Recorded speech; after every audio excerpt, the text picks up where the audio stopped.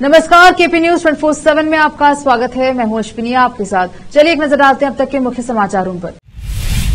कर्नाटक में एसआईटी ने महिलाओं के लिए जारी किया हेल्पलाइन नंबर, पीड़िताओं से व्यक्तिगत रूप से संपर्क करेगी टीम। पाकिस्तान ने भी चूड़ियां नहीं पहनी हैं, फारूक अब्दुल्ला ने फिर दिया विवादित बयान। उत्तराखंड के जंगलों में लगी भीषण आग, अब तक 4 की मौत, 350 से अधिक मामले दर्ज। देश के 200 वाइस चांसलरों ने राहुल गांधी पर की कानूनी कार्यवाही की मांग।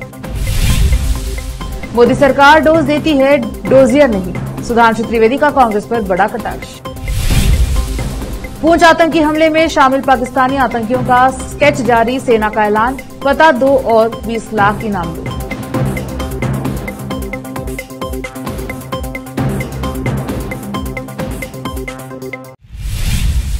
अब समाचार विस्तार से। बीदर के ऐतिहासिक मदरसा महमूद गावन के सामने पब्लिक टॉयलेट उपयोग में नहीं आ रहा है। इलाके के लोगों की सुविधा के लिए बनाया गया यह पब्लिक टॉयलेट रोड पर स्थित है, परंतु इसको लोग अनदेखा कर रहे हैं। नगर प्रशासन को चाहिए कि इसमें बुनियादी सुविधाएं उपलब्ध कराए ताकि जनता इसका उपयोग कर सके। केपी न्यूज के कैमरामैन पपुराज का कवरेज।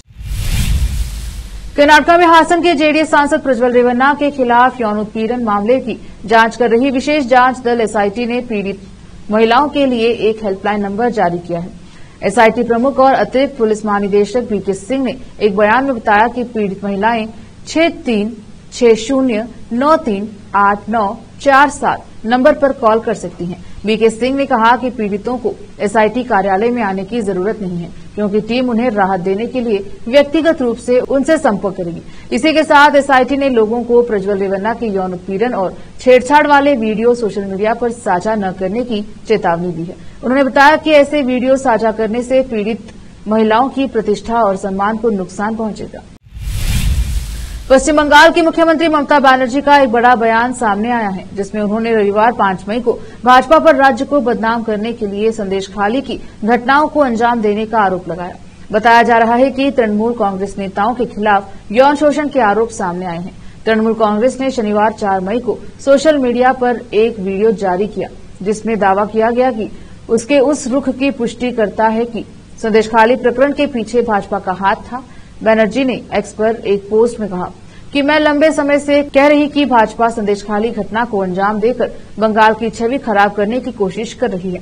स्टिंग ऑपरेशन से बांग्ला विरोधियों का असली चेहरा सामने आया, क्योंकि उन्होंने मेरी माताओं और बहनों की भावनाओं के साथ खिलवाड़ करने की कोशिश की थी।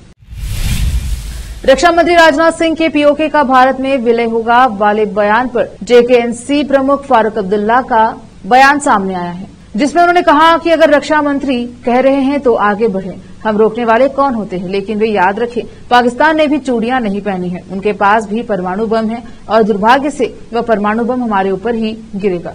जम्मू कश्मीर के प्रमुख फारूक अब्दुल्ला आगे कहते हैं कि जैसे ही अमरनाथ यात्रा खत्म होगी, मेरे शब्द पर गौर करें, जम्मू कश्मीर में चुनाव होंगे, हम सालों से तैयार हैं। नेशनल कॉन्फ्रेंस के अध्यक्ष फारूक अब्दुल्ला ने रविवार 5 मई को कश्मीर के मतदाताओं से लोकसभा चुनाव के लिए वोट डालते समय ईवीएम में हेरफेर के प्रति सतर्क रहने को कहा। अब्दुल्ला ने कहा कि सभी वोटर्स के लिए यह जानना जरूरी है कि ईवीएम एक चोर मशीन है।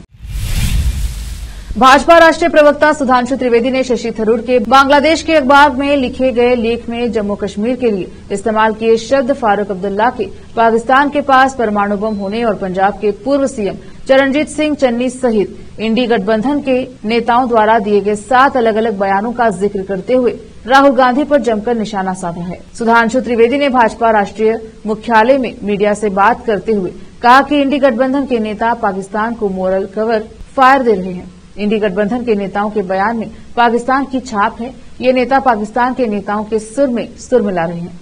त्रिवेदी ने बड़ा हमला बोलते हुए कहा कि इंडी गठबंधन के नेताओं में पाकिस्तान के चंद सिरफिरे नेताओं की आत्मा प्रवेश कर गई है और राहुल गांधी को यह बताना होगा कि यह किसका षड्यंत्र है और वे किसके हाथों में खेल रहे हैं। उन्होंने कहा कि ये 7 दिनों के 7 वचन सिर्फ संयोग नहीं है, बल्कि यह सोचा समझा प्रयोग और षड्यंत्र है।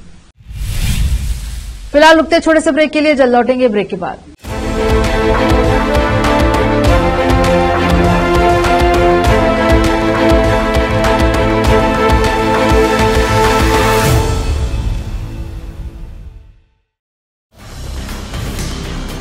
हिंदुस्तान के हर कोने में हम हैं मौजूद। 24 घंटे हालात पर गहरी नजर, खबरों से जुड़े चुपते सवालात, और आपको दिखाता है धार्मिक, सामाजिक, राजनीतिक, लोकल और इंटरनेशनल न्यूज की सबसे बेहतर कवरेज,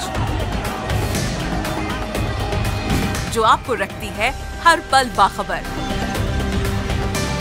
देश और दुनिया भर की खबर के लिए देखते रहें केपी न्यूज 24/7। ब्रेक के बाद स्वागत है आपका, देखते हैं समाचार। उत्तराखंड के जंगल में लगी भीषण आग करीब 1144 हेक्टेयर के इलाके में फैल गई है और सबसे अधिक आग उन इलाकों में लगी है जहां चीड़ के पेड़ ज्यादा हैं। यहां अब तक 900 से अधिक घटनाएं हो चुकी हैं और इनमें 4 लोगों की मौत हो चुकी है। अलग अलग इलाकों में 350 से अधिक मुकदमे दर्ज किए गए हैं, जिसमें 61 केस ऐसे हैं जिसमें लोगों को नामजद किया गया है। आग की अलग अलग वारदातों में 10 से ज्यादा को गिरफ्तार किया गया है। कुछ जगह आग रिहायशी इलाकों तक भी पहुंच चुकी है और इसकी वजह से लोगों को सांस लेने में परेशानी हो रही है। साथ ही आग के कारण वन्य जीवों को भी नुकसान पहुंच रहा है। गुजरात में लोकसभा चुनाव के लिए मंगलवार को मतदान होगा। इस बार गुजरात की 26 सीटों में से केवल 25 पर ही मतदान होगा। सूरत सीट पर चुनाव निर्विरोध हो चुका है। इस बार प्रदेश में कुल 266 उम्मीदवार चुनाव मैदान में हैं। इन उम्मीदवारों में से 32 मुसलमान हैं। गुजरात में इस बार के चुनाव में बहुजन समाज पार्टी के छोड़कर किसी भी राष्ट्रीय दल ने किसी मुसलमान को टिकट नहीं दिया है। बसपा ने मोहम्मद अनीस देसाई को गांधीनगर से उम्मीदवार बनाया है। इस सीट से केंद्रीय गृह मंत्री अमित शाह चुनाव लड़ रहे हैं। वहां उनके सामने कांग्रेस की ओर से सोनल पटेल खड़ी हैं। सबसे अधिक मुस्लिम उम्मीदवार भी इसी सीट से चुनाव मैदान में हैं। गांधीनगर में 7 मुस्लिम उम्मीदवार अमित शाह को चुनौती दे रहे हैं। भारत के मुख्य न्यायाधीश डीवाई चंद्रचूड़ ने शनिवार को अपने बचपन की एक घटना याद करते हुए कहा कि उन्हें भी एक बार पीटा गया था। असल में नेपाल की राजधानी काठमांडू में नेपाल के सुप्रीम कोर्ट द्वारा आयोजित जुवेनाइल जस्टिस पर राष्ट्रीय संगोष्ठी को संबोधित करते हुए सीजीआई चंद्रचूड़ पुरानी यादों में चले गए और खुलासा किया कि कैसे इस घटना ने उनके दिमाग पर गहरा प्रभाव डाला। जस्टिस चंद्रचूड़ ने कहा कि आप बच्चों के साथ कैसा व्यवहार करते हैं, इसका के पूरे जीवन भर उनके दिमाग पर गहरा प्रभाव पड़ता है। उन्होंने कहा कि मैं स्कूल का वह दिन कभी नहीं भूलूंगा जब स्कूल में मेरे हाथों पर बेंतें मारी गई। तब मैंने कोई अपराध नहीं किया था, बस मैं अपना एक असाइनमेंट नहीं कर पाया था। उन्होंने आगे कहा कि शर्म के कारण मैं अपने माता पिता को अपने हाथ नहीं दिखा सका। हाथ पर घाव ठीक हो गए, लेकिन इस घटना ने उनके दिमाग पर एक अमिट छाप छोड़ी। कांग्रेस नेता राहुल गांधी वाइस चांसलर की नियुक्ति पर दिए गए बयान पर घिरते नजर आ रहे हैं। देश के लगभग 200 विश्वविद्यालयों के वाइस चांसलर्स ने राहुल गांधी के खिलाफ कानूनी कार्यवाही की मांग की है। उन्होंने साझा बयान जारी कर राहुल गांधी के आरोपों की निंदा की है। राहुल गांधी ने कहा था कि वाइस चांसलर्स की नियुक्ति योग्यता और अर्हता को ताक पर रखकर कुछ संगठनों से संबंधों के आधार पर की जा रही है। कुलपतियों और अन्य वरिष्ठ शिक्षाविदों ने साझा बयान में इस आरोप का खंडन किया और कहा कि कुलपतियों की नियुक्ति की प्रक्रिया पारदर्शी ढंग से योग्यता के आधार पर हो रही है। कुलपति अपने कामकाज में संस्थाओं की मर्यादा और नैतिकता का ध्यान रखते हैं। ग्लोबल रैंकिंग के हिसाब से देखें तो भारतीय विश्वविद्यालयों में महत्वपूर्ण परिवर्तन आया है। साझा बयान में 180 वाइस चांसलर्स और शिक्षाविदों के हस्ताक्षर भी हैं। दस्तखत करने वालों में संगीत Natak Akademi, Sahitya Akademi, NCERT, National Book Trust, AICTE, UGC आदि के प्रमुख भी शामिल हैं। चुनाव का सीजन हो तो नेता बहुत कुछ ऐसा करते हैं जिसमें मैसेज छिपा होता है। वो चाहे स्थानीय बोली में भाषण की शुरुआत हो, किसी बच्चे के साथ खेलना हो, रैली में कुछ अलग करना हो या फिर तस्वीरें शेयर कर रहे हो, सबका एक मैसेज होता है। ऐसा ही मैसेज आज कांग्रेस नेता कन्हैया कुमार ने नामांकन के दिन दिया है। आज पूजन हवन करने के बाद north east Delhi Lok Sabha seat से कन्हैया कुमार ने अपना नामांकन दाखिल किया। आज आखिरी दिन था, इसीलिए परेशानियों से बचने के लिए उन्होंने नामांकन के बाद रोड शो का फैसला किया। वह नॉर्थ ईस्ट दिल्ली से इंडिया गठबंधन के संयुक्त उम्मीदवार हैं। ऐसे में नामांकन के समय दिल्ली कांग्रेस अध्यक्ष देवेंद्र यादव और आम आदमी पार्टी के वरिष्ठ नेता गोपाल राय भी मौजूद रहे। अब वक्त एक और छोटे से ब्रेक का, जल्द लौटेंगे ब्रेक के बाद।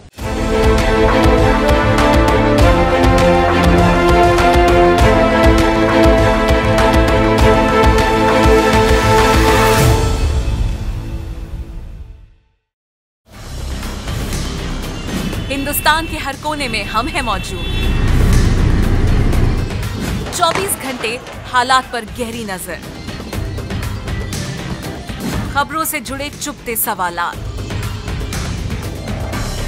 और आपको दिखाता है धार्मिक, सामाजिक, राजनीतिक, लोकल और इंटरनेशनल न्यूज की सबसे बेहतर कवरेज, जो आपको रखती है हर पल बाखबर। देश और दुनिया भर की खबर के लिए देखते रहें केपी न्यूज 24/7। ब्रेक के बाद स्वागत है आपका, देखते हैं समाचार। जम्मू कश्मीर के पूंछ जिले में भारतीय वायुसेना के काफिले पर हुए आतंकी हमले में शामिल 2 आतंकवादियों पर 20 लाख का इनाम घोषित किया गया है। इसी के साथ ही दोनों पाकिस्तानी आतंकवादियों के स्केच भी जारी किए गए हैं और सुरक्षा बलों की टीम आतंकियों की गिरफ्तारी के लिए तलाशी अभियान भी चला रही है। दरअसल शनिवार 4 मई शाम को पूंछ जिले के शासितार के पास आतंकवादियों ने भारतीय वायुसेना के काफिले पर हमला कर दिया। इस हमले में सेना के एक जवान विकी पहाड़ी इलाज के दौरान शहीद हो गए और 4 अन्य सैन्य कर्मी घायल हो गए। मीडिया की रिपोर्ट्स के मुताबिक आतंकी हमले के बाद से सशस्त्र बलों को जवान शासितार इलाके में तलाशी अभियान चला रहे हैं। उन्होंने आतंकवादियों पर पता लगाने के लिए सशस्त्र बुलेट प्रूफ वाहनों और डॉग स्क्वाड को लगाया है। इससे पहले रविवार को कई वरिष्ठ अधिकारियों ने घटनास्थल का भी दौरा किया। देश भर में लोकसभा चुनाव का दौर चल रहा है। ऐसे में तमाम दल अपने वोटर्स को लुभाने के लिए पुरजोर कोशिश कर रहे हैं। इसी सिलसिले में आज यूपी सीएम योगी आदित्यनाथ ने उन्नाव के भगवंत नगर में एक रैली को संबोधित किया। इस रैली में यूपी सीएम ने कहा कि आज आतंकवाद का खात्मा हो गया है। अगर जोर से पटाखा दब जाए तो पाकिस्तान सफाई देता है कि हमने नहीं किया। उसे मालूम है कि नया भारत किसी को छेड़ता नहीं है, लेकिन कोई अगर छेड़ता है तो फिर भारत उसे छोड़ता नहीं है। रैली में यूपी सीएम योगी आदित्यनाथ ने सपा कांग्रेस पर हमला बोलते हुए कहा कि आतंकवाद से इनका रिश्ता ऐसा है मानो घर का रिश्ता हो। क्या आतंकवाद के समर्थकों को हम वोट देंगे? भगवान राम के सब दोषी हैं, जो राम के विरोधी वो हमारे भी विरोधी हैं। सपा कांग्रेस तो कहती थी कि राम तो है ही नहीं। इनका घोषणा पत्र देखिए, उसमें क्या लिखा है। अगर इनकी सरकार बन गई तो अल्पसंख्यक की रुचि के अनुसार खान पान की सुविधा देगी। आखिर में फिर एक बार देखते हैं मुख्य समाचार। कर्नाटक में एसआईटी ने महिलाओं के लिए जारी किया हेल्पलाइन नंबर, पीड़िताओं से व्यक्तिगत रूप से संपर्क करेगी टीम। पाकिस्तान ने भी चूड़ियां नहीं पहनी हैं, फारूक अब्दुल्ला ने फिर दिया विवादित बयान। उत्तराखंड के जंगलों में लगी भीषण आग, अब तक 4 की मौत, 350 से अधिक मामले दर्ज। देश के 200 वाइस चांसलरों ने राहुल गांधी पर की कानूनी कार्यवाही की मांग। मोदी सरकार डोज देती है, डोजियर नहीं, सुधांशु त्रिवेदी का कांग्रेस पर बड़ा कटाक्ष। पूंछ आतंकी हमले में शामिल पाकिस्तानी आतंकियों का स्केच जारी, सेना का ऐलान, पता दो और 20 लाख इनाम दो।